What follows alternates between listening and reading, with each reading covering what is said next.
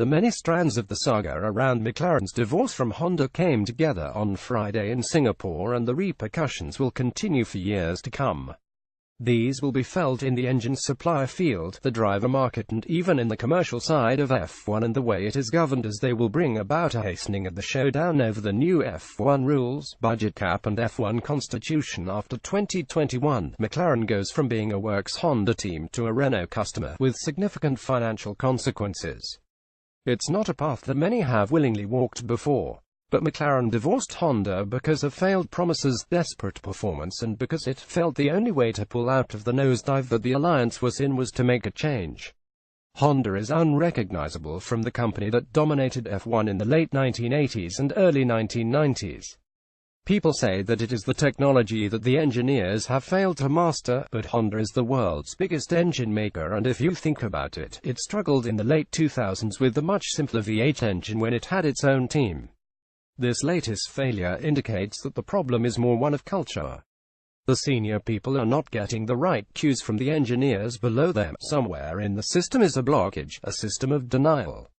How else to explain a program going backwards from 2016 to this year, a promised upgrade for Montreal this year failing to materialize? It is certainly one of the strangest episodes in modern F1 history, and after 3 years of torment, McLaren's new management and the powerful shareholders had had enough. Fernando Alonso made it clear that he would not tolerate another year with Honda, but is expected now to stay and show faith with the team using Renault engines. He has real leverage there thanks to his successful history with Renault. Renault pays back Red Bull. That change at McLaren has had unforeseen consequences for Red Bull, which has been told by Renault that it will not receive engines after the end of 2018. No one saw that one coming, but it certainly has its origins in the criticism that Red Bull laid at Renault's door during from 2014 onwards, after winning 4 consecutive world championships together. Red Bull appeared to have maneuvered itself into a position where it had 2 options going forward: stay with Renault or take the Honda Works engine in 2019 or 2020 if it comes good. It also has another longer-term iron in the fire, with Porsche giving careful consideration to making an F1 entry, possibly with the new engine regulations from 2021 onwards. But if Porsche takes the plunge, there will be competition from others, including McLaren, for the deal. Red Bull's short-term position has been made more delicate, apparently reliant on Honda coming good by the end of next season. Drivers are part of the trade-off in the McLaren-Renault Toro Rosso deal. Carlos Sainz will switch to Renault, although it tried its luck at the 11th hour in the negotiations, asking for Daniel Ricciardo to transfer to the Works Renault team. That was rejected, and Sainz is the one making the move, as originally planned. However, Red Bull had the foresight to add a piece of elastic to the deal in case it loses one of its 2 current stars. A Renault termination will not please either of the Red Bull drivers, who are now clear transfer targets for Ferrari and Mercedes. Both teams have retained the number 2 drivers Kimi Raikkonen and Valtteri Bottas on a single-year extension in case the Red Bull drivers become available, and there will now be real pressure there. My sense of it is that Daniel Ricciardo would fit with Lewis Hamilton at Mercedes, whereas Max Verstappen would not.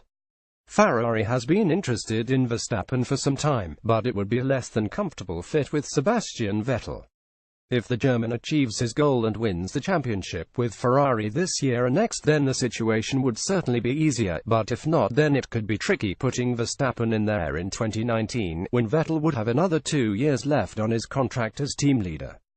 Both Ferrari and Mercedes will tell you that it's not a slam dunk that they will poach the Red Bull drivers. Both teams are excited by the young drivers they have coming through, with Esteban Ocon for Mercedes and Charles Leclerc for Ferrari. Ocon could be ready for a promotion in 2019 if he continues his current rate of development. Meanwhile, Valtteri Bottas, as the incumbent, also has his destiny in his hands, if he can improve his consistency, so the Mercedes driver decision for 2019 will be fascinating. For Red Bull's owner Dietrich Mateschitz, all of this will be hard to stomach. His investment over the years in F1 has been huge, and Red Bull has certainly had plenty of brand benefit from it, but will he continue to keep pumping money into F1 if his team starts to slide, potentially losing one or both of its star drivers? If there is not a huge improvement in the Honda engines it appears compelled to use in 2019, and if the rulemakers persist with a hybrid engine formula he detests. Focus switches to F1's post-2020 world. So now that the tectonic plates have shifted on McLaren, Renault and Red Bull, the focus shifts to the next stage of negotiations over budget caps and a new constitution for F1. This will now come out into the open. CEO Chase Carey and his team have a clock ticking down to December 31, 2020, the expiration date for the current deals binding in all the teams, except Renault, which signed up beyond that when it returned to F1. The value of Liberty Media's $8 billion investment lies in the post-2020 renewals, and while it is doing well on renewing contracts with promoters, the teams, the actors in the F1 show, are not tied in yet. Stock market investors hate uncertainty. The F1 teams also have an urgent interest in knowing how things are going to be post-2020. The smaller and middle-sized teams want a budget cap as soon as possible.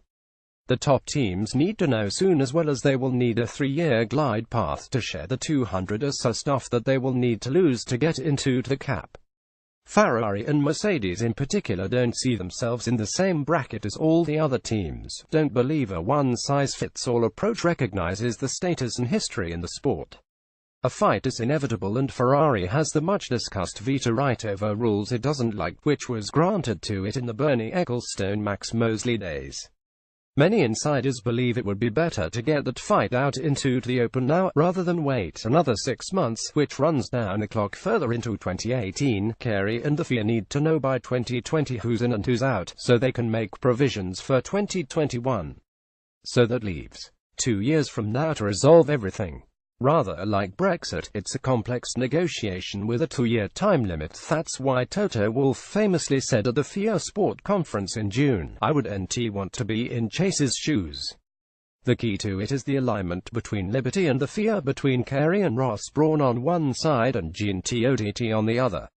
You hear different views about how aligned they are at this point, and Todt will surely have his conditions and his objectives in terms of what the FIA gets from F1 post-2020, but the teams will exploit any weakness in that alliance. Share this article on Facebook, Twitter, LinkedIn, Google, email.